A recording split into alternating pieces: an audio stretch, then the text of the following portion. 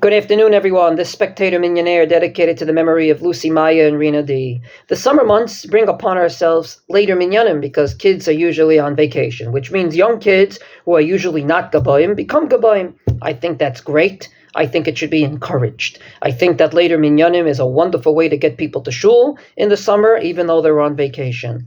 However, with every benefit comes a bit of periphery tangents, or to be more precise, sometimes baggage. So what happens is, when adults stumble upon these minyanim, they really feel they should teach the kids how to daven. And I was in such a scenario a few Mondays ago. So today is Monday where we read the Torah. It was a Monday, and indeed there was no Kohanim that duchent, which means there was no Kohanim there at all, at least in Israel. So the Gabbai knew there was no Kohanim, so he said, Yamod Ploni ben Ploni Halevi bimkom Kohen. A Sephardi in the room, an adult said, Hey, Asur. To which the kid said, Matam Daber, what are you talking about? Asura Tekla Levi et Aliyah Rishonah. You're not going to give the Levi the first Aliyah if there's no Kohen in the room. And what happened was the Levi got the Aliyah anyway.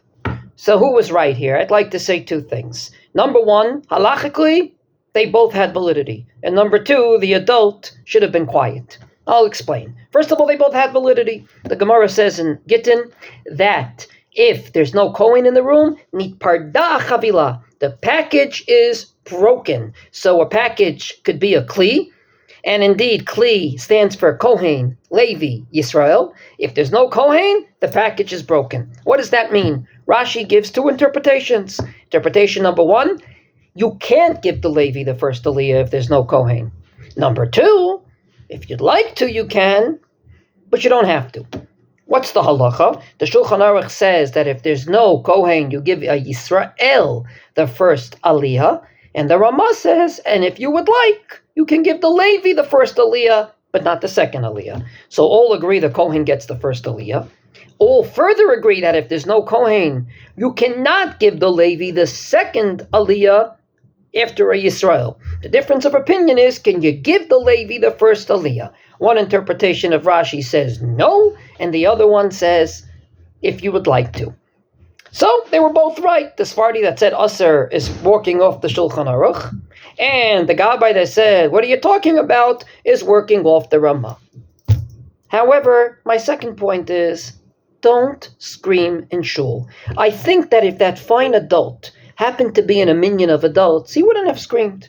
He would have quietly, maybe after davening, said something. Because he assumed, and I'm sure that we all should assume, that indeed the order of aliyahs is a wonderful thing, but it's not a bracha levatala if you give a Yisrael the first aliyah, especially during the week.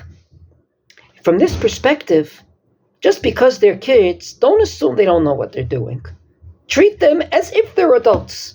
Treat them as if you're in a regular minyan, and check it out. And if indeed they made a mistake, call him and tell him that, so that on Thursday he won't make that mistake. But don't scream out in the middle of shul, hey, Asul, just because he's a kid. Don't think that just because he's a kid, you should treat him differently. So to sum up, if indeed there's no Kohanim in the room, one interpretation said, Dafka give the first Aliyah to a Yisrael, and the second Deya says you can give it to a Levi.